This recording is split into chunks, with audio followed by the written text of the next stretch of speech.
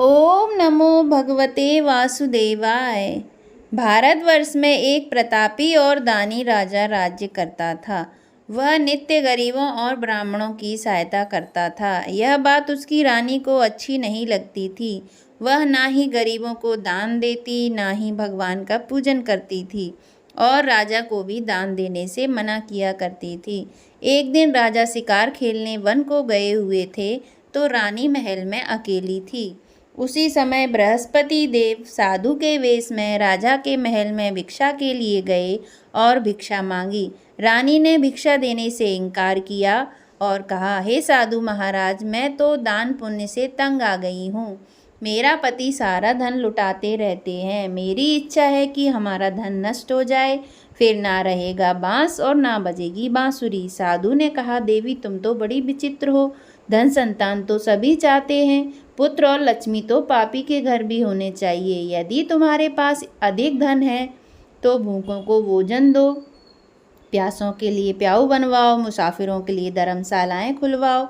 जो निर्धन अपनी कुंवारी कन्याओं का विवाह नहीं कर सकते, उनका विवाह करा दो। ऐसे और कई काम हैं जिनके करने से तुम्हारा यश लोक परलोक में फैलेगा।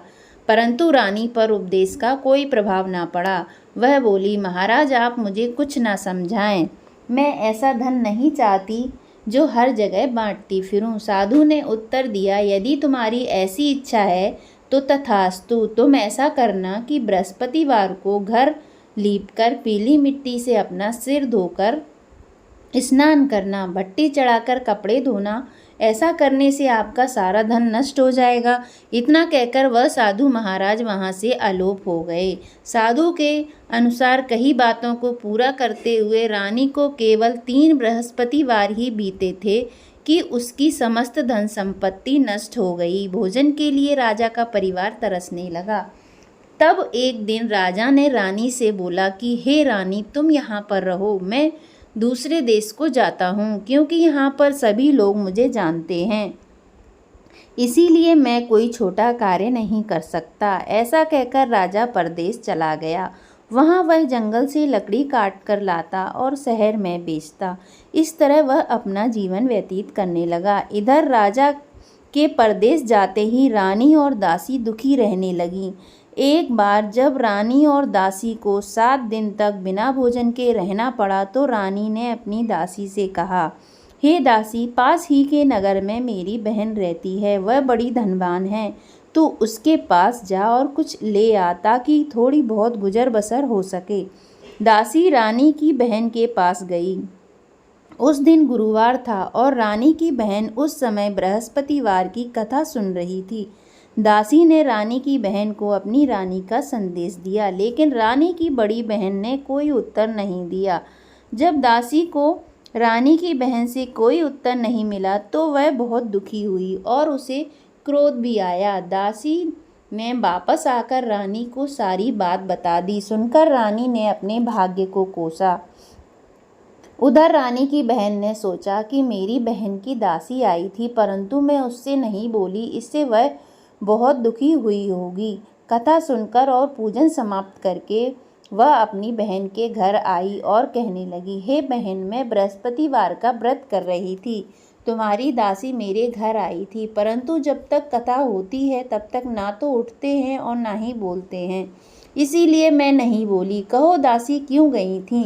रानी बोली, बहन तुमसे क्या छिपाऊं, हमारे घर में खाने तक को अनाज नहीं था। ऐसा कहते कहते रानी की आंखें भर आईं। उसने दासी समेत पिछले 7 दिनों से भूखा रहने की बात अपनी बहन को विस्तार पूर्वक सुना दी। रानी की बहन बोली, देखो बहन, भगवान बृहस्पति देव सबकी मनोकामना पूर्ण करते हैं। देखो शायद तुम्हारे घर में अनाज रखा हो। पहले तो रानी को विश्वास नहीं हुआ, पर बहन के आग्रह करने पर उसने अपनी दासी को अंदर भेजा तो उसे सचमुच अनाज से भरा एक घड़ा मिला। यह देखकर दासी को बड़ी हैरानी हुई। दासी रानी से कहने लगी, हे रानी, जब हमको भोजन नहीं मिलता तो हम व्रत ही तो करते हैं, इसीलिए क्यों ना इनसे व्रत और कथा की विधि पूछ ली जाए ताकि हम भी व्रत कर सकें। तब रानी ने अपनी बहन से बृहस्पतिवार व्रत के बारे में पूछा। उसकी बहन ने बताया, बृहस्पति वार के व्रत में चने की दाल और मुनक्का से विष्णु भगवान का केले की जड़ में पूजन करें तथा दीपक जलाएं, पर व्रत कथा सुनें और पीला भोजन ही करें। इससे बृहस्पति देव प्रसन्न होते हैं। व्रत और पूजन विधि बताकर रानी की बहन अपने घर लौट आई। 7 दिन के बाद जब गुरुवार का दिन आया तो रानी और दासी ने व्रत रखा। गुड़साल में जाकर चना गुड़ लेकर आई, फिर उससे केले की जड़ तथा विष्णु भगवान का पूजन किया। अब पीला भोजन कहाँ से आए, इस बात को लेकर दोनों बहुत दुखी थे। चूँकि उन्होंने व्रत रखा था, इसीलिए बृहस्पति देव उनसे प्रसन्न थे। इसीलिए वह एक साधारण व्यक्ति का रूप धारण कर 2 थालों में सुंदर पीला भोजन दासी को दे गए। भोजन पाकर दासी प्रसन्न हुई और फिर रानी के साथ मिलकर भोजन ग्रहण किया। उसके बाद वे सभी गुरुवार को व्रत और पूजन करने लगीं। बृहस्पति भगवान की कृपा से उनके पास फिर से धन संपत्ति आ गई, परंतु रानी फिर से पहले की तरह आलस्य करने लगी। तब दासी बोली, देखो रानी, तुम पहले भी इस प्रकार आलस्य करती थीं। तुम्हें धन रखने में कष्ट होता था, इस कारण सभी धन नष्ट हो गया, और अब जब भगवान बृहस्पति की कृपा से धन मिला है तो तुम्हें फिर आलस्य होता है। रानी को समझाते हुए दासी कहती है कि बड़ी मुसीबतों के बाद हमने यह धन पाया है, इसीलिए हमें दान पुण्य करना चाहिए, भूखे मनुष्यों को भोजन कराना चाहिए और धन को शुभ कार्यों में खर्च करना चाहिए, जिससे तुम्हारे कुल का यश बढ़ेगा, स्वर्ग की प्राप्ति होगी और पितृ प्रसन्न होंगे। दासी की बात मानकर रानी अपना धन शुभ कार्यों में खर्च करने लगी, जिससे पूरे नगर में उसका यश फैलने लगा। बृहस्पतिवार की कथा के बाद श्रद्धा के साथ आरती की जानी चाहिए। इसके बाद प्रसाद बांटकर उसे ग्रहण करना चाहिए। एक दिन राजा दुखी होकर जंगल में एक पेड़ के नीचे आसन जमाकर बैठ गया। वह अपनी दशा को याद करके व्याकुल होने लगा। बृहस्पतिवार का दिन था। एकाएक उसने देखा कि निर्जन वन में एक साधु प्रकट हुए। वह साधु वेश में स्वयं बृहस्पति देवता थे। लकड़हारे के सामने आकर बोले, हे लकड़हारे, इस सुनसान जंगल में तू चिंता मग्न क्यों बैठा है? लकड़हारे ने दोनों हाथ जोड़कर प्रणाम किया और उत्तर दिया, महात्मा जी, आप सब कुछ जानते हैं, मैं क्या कहूँ। यह कहकर रोने लगा और साधु को आत्मकथा सुनाई। महात्मा जी ने कहा, तुम्हारी स्त्री ने बृहस्पति के दिन बृहस्पति भगवान का निरादर किया है, जिसके कारण रुष्ट होकर उन्होंने तुम्हारी यह दशा कर दी है। अब तुम चिंता को दूर करके मेरे कहने पर चलो तो तुम्हारे सब कष्ट दूर हो जाएंगे और भगवान पहले से भी अधिक संपत्ति देंगे। तुम बृहस्पति के दिन कथा किया करो। 2 पैसे के चना मुनक्का मंगवाकर उसका प्रसाद बनाओ और शुद्ध जल से लोटे में शक्कर मिलाकर अमृत तैयार करो। कथा के पश्चात अपने सारे परिवार और सुनने वाले प्रेमियों में अमृत व प्रसाद बांटकर आप भी ग्रहण करो। ऐसा करने से भगवान तुम्हारी सब मनोकामनाएं पूरी करेंगे। साधु के ऐसे वचन सुनकर लकड़हारा बोला, हे प्रभु, मुझे लकड़ी बेचकर इतना पैसा नहीं मिलता जिससे भोजन करने के उपरांत कुछ बचा सकूं। मैंने रात्रि में अपनी स्त्री को व्याकुल देखा है। मेरे पास कुछ भी नहीं है जिससे मैं उसकी खबर मंगा सकूं।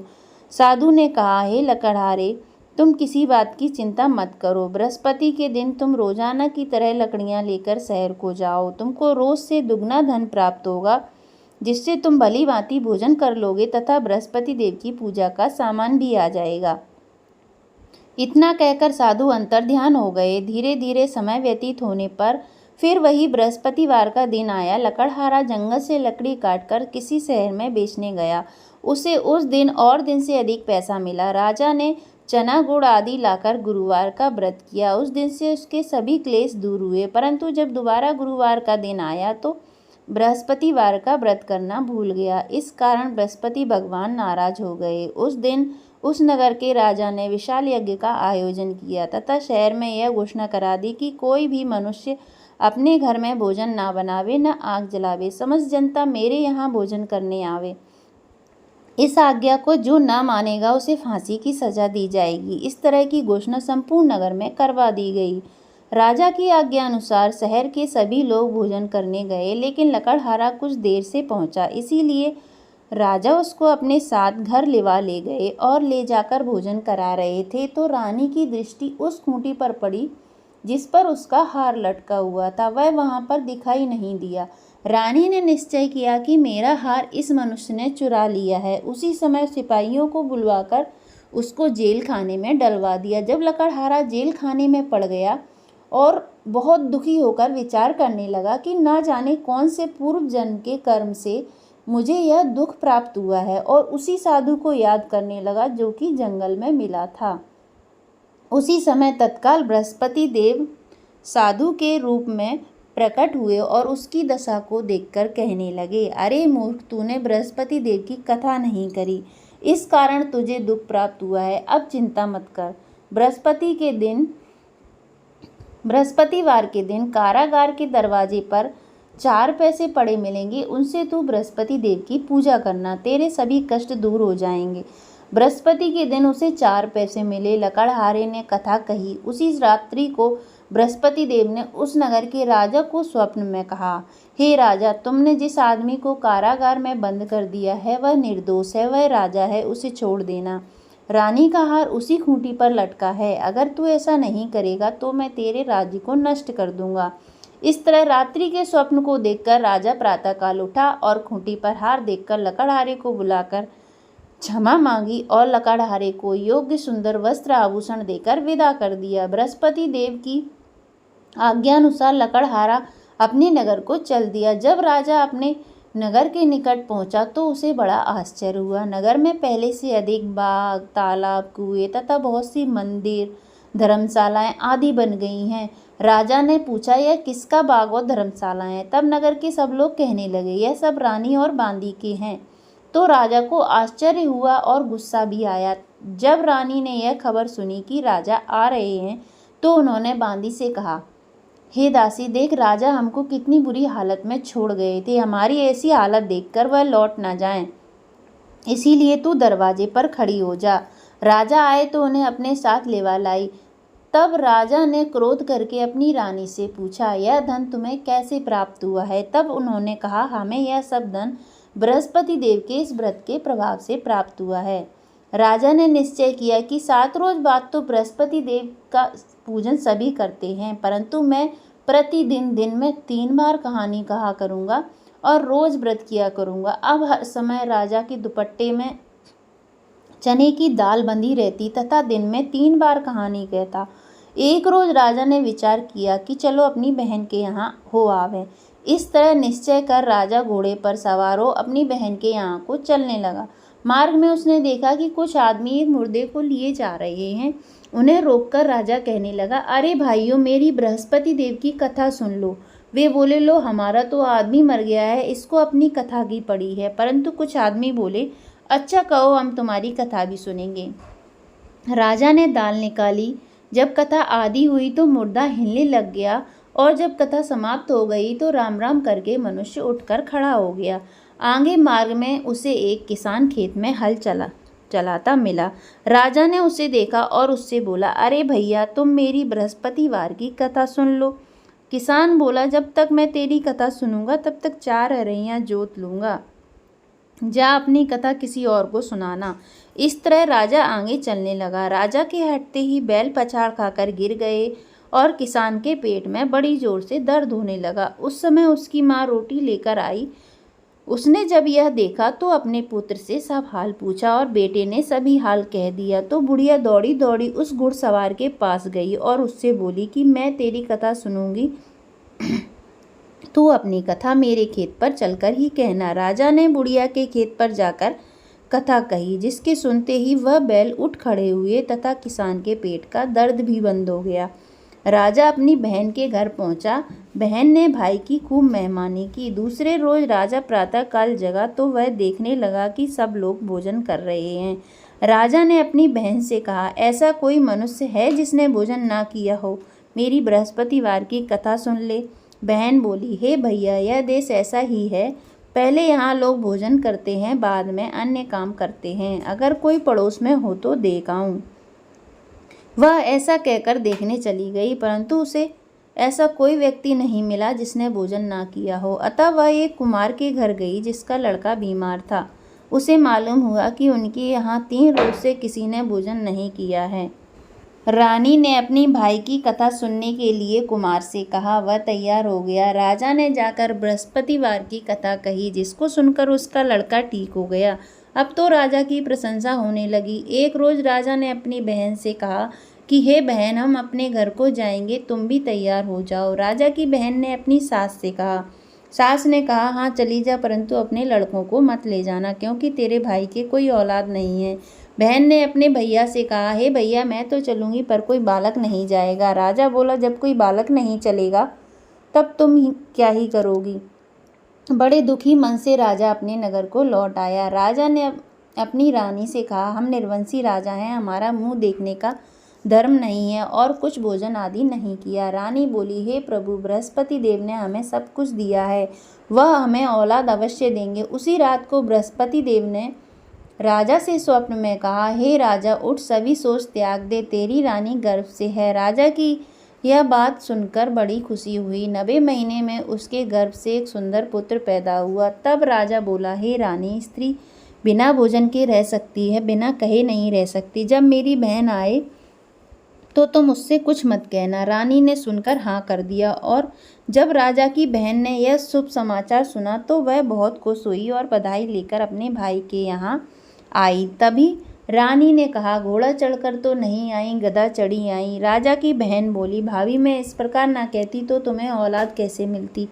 बृहस्पति देव ऐसे ही हैं, जैसे जिसके मन में कामना है सभी को पूर्ण करते हैं। सद्भावना पूर्वक बृहस्पतिवार का व्रत करता है एवं कथा पढ़ता है अथवा सुनता है, दूसरों को सुनाता है, बृहस्पति देव उसकी सभी मनोकामना पूर्ण करते हैं। भगवान बृहस्पति देव उसकी सदैव रक्षा करते हैं। संसार में जो मनुष्य सद्भावना से भगवान जी का पूजन व्रत सच्चे हृदय से करते हैं तो उनकी सभी मनोकामनाएं पूर्ण करते हैं। जैसी सच्ची भावना से रानी और राजा ने उनकी कथा का गुणगान किया तो उनकी सभी इच्छाएं बृहस्पति देव जी ने पूर्ण की थी। इसीलिए पूर्ण कथा सुनने के बाद प्रसाद लेकर जाना चाहिए। हृदय से उनका मनन करते हुए जयकारा बोलना चाहिए। बोलो बृहस्पति देव की जय, विष्णु भगवान की जय। बृहस्पति देव की कथा। प्राचीन काल में एक ब्राह्मण रहता था। वह बहुत निर्धन था, उसके कोई संतान नहीं थी। उसकी स्त्री बहुत मलिनता के साथ रहती थी। वह स्नान न करती, किसी देवता का पूजन न करती। इससे ब्राह्मण देवता बड़े दुखी थे। बेचारे बहुत कुछ कहते किंतु उसका कुछ परिणाम न निकला। भगवान की कृपा से ब्राह्मण की स्त्री के कन्या रूपी रत्न पैदा हुआ। कन्या बड़ी होने पर प्रातः स्नान करके विष्णु भगवान का जाप व बृहस्पतिवार का व्रत करने लगी। अपने पूजन पाठ को समाप्त करके विद्यालय जाती तो अपनी मुट्ठी में जौ भर के ले जाती और पाठशाला के मार्ग में डालती जाती। तब ये जौ स्वर्ण के हो जाते, जो लौटते समय बीनकर घर ले आती थी। एक दिन वह बालिका सूप में उस सोने के जौ को फटककर साफ कर रही थी कि उसके पिता ने देख लिया और कहा, हे बेटी, सोने की जौ फटकने के लिए सोने का सूप होना चाहिए। दूसरे दिन बृहस्पतिवार था। इस कन्या ने व्रत रखा और बृहस्पति देव से प्रार्थना करके कहा, मैंने आपकी पूजा सच्चे मन से की हो तो मेरे लिए सोने का सूप दे दो। बृहस्पति देव ने उसकी प्रार्थना स्वीकार कर ली। रोजाना की तरह वह कन्या जौ फैलाती हुई जाने लगी। जब लौटकर जौ बीन रही थी तो बृहस्पति देव की कृपा से सोने का सूप मिला। उसे वह घर ले आई और उसमें जौ साफ करने लगी, परंतु उसकी माँ का वही ढंग रहा। एक दिन की बात है कि वह कन्या सोने के सूप में जौ साफ कर रही थी। उस समय उस शहर का राजपुत्र वहां से होकर निकला। इस कन्या के रूप और कार्य को देखकर मोहित हो गया और अपने घर आकर भोजन तथा जल त्याग कर उदास होकर लेट गया। राजा को इस बात का पता लगा तो अपने प्रधानमंत्री के साथ उसके पास गए और बोले, हे बेटा, तुम्हें किस बात का कष्ट है? किसी ने अपमान किया है अथवा और कारण हो सो कहो, मैं वही कार्य करूँगा जिससे तुम्हें प्रसन्नता हो। अपने पिता की राजकुमार ने बातें सुनी तो वह बोला, मुझे आपकी कृपा से किसी बात का दुख नहीं है, किसी ने मेरा अपमान नहीं किया है, परंतु मैं उस लड़की से विवाह करना चाहता हूँ जो सोने के सूप में जौ साफ कर रही थी। यह सुनकर राजा आश्चर्य में पड़ा और बोला, हे बेटा, इस तरह की कन्या का पता तुम ही लगाओ, मैं उसके साथ तेरा विवाह अवश्य ही करवा दूंगा। राजकुमार ने उस लड़की के घर का पता बतलाया। तब मंत्री उस लड़की के घर गए और ब्राह्मण देवता को सभी हाल बतलाया। ब्राह्मण देवता राजकुमार के साथ अपनी कन्या का विवाह करने के लिए तैयार हो गए और विधि विधान के अनुसार ब्राह्मण की कन्या का विवाह राजकुमार के साथ हो गया। कन्या के घर से जाते ही पहले की भांति उस ब्राह्मण देवता के घर में गरीबी का निवास हो गया। वह भोजन के लिए भी अन्न बड़ी मुश्किल से मिलता था। एक दिन दुखी होकर ब्राह्मण देवता अपनी पुत्री के पास गए। बेटी ने पिता की दुखी अवस्था को देखा और अपनी माँ का हाल पूछा। तब ब्राह्मण ने सभी हाल कहा। कन्या ने बहुत सा धन देकर अपने पिता को विदा कर दिया। इस तरह ब्राह्मण का कुछ समय सुखपूर्वक व्यतीत हुआ। कुछ दिन बाद फिर वही हाल हो गया। ब्राह्मण फिर अपनी कन्या के यहाँ गया और सारा हाल कहा तो लड़की बोली, हे पिताजी, आप माताजी को यहाँ लिवा लाओ, मैं उसे विधि बता दूंगी जिससे गरीबी दूर हो जाएगी। वह ब्राह्मण देवता अपनी स्त्री को साथ लेकर पहुंचे तो अपनी माँ को समझाने लगी, हे माँ, तुम प्रातःकाल प्रथम स्नान आदि करके विष्णु भगवान का पूजन करो तो सब दरिद्रता दूर हो जाएगी। परंतु उसकी माँ ने एक भी बात नहीं मानी और प्रातःकाल उठकर अपनी पुत्री के बच्चों के जूठन को खा लिया।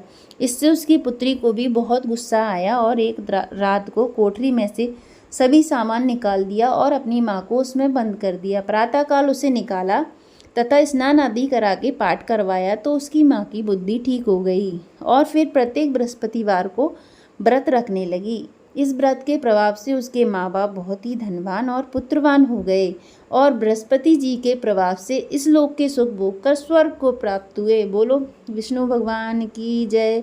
सब बोलो बृहस्पति देव की जय। बृहस्पति देव की आरती। ओम जय बृहस्पति देवा, ओम जय बृहस्पति देवा। छिन छिन भोग लगाऊं कदली फल मेवा। ओम जय बृहस्पति देवा। तुम पूर्ण परमात्मा, तुम अंतर्यामी, स्वामी तुम अंतर्यामी। जगत पिता जगदीश्वर, तुम सबके स्वामी। ओम जय बृहस्पति देवा। चरणामृत निज निर्मल, सब पातक हरता, स्वामी सब पातक हरता। सकल मनोरथ दायक, कृपा करो भरता। ओम जय बृहस्पति देवा। तन मन धन अर्पण करे, जो कोई शरण पड़े, स्वामी जो जन शरण पड़े। प्रभु पिर कट तब हो करे, आ करे द्वार खड़े। ओम जय बृहस्पति देवा। दीन दयाल दयानिधि, भक्तन हितकारी, स्वामी भक्तन हितकारी। पाप दोष सब हरता, भवबंधन हारी। ओम जय बृहस्पति देवा। सकल मनोरथ दायक, सब संशय तारो, स्वामी सब संशय हारो। विषय विकार मिटाओ, संतन सुखकारी। ओम जय बृहस्पति देवा। जो कोई आरती तेरी प्रेम सहित गावे, स्वामी प्रेम सहित गावे। ज्येष्ठानंद आनंद करे, सो सो फल पावे, स्वामी निश्चय फल पावे। ओम जय बृहस्पति देवा। सब बोलो विष्णु भगवान की जय। बोलो बृहस्पति देव की जय। अगर आपको आज की कथा पसंद आई हो तो वीडियो को लाइक एंड चैनल को सब्सक्राइब जरूर करें। धन्यवाद।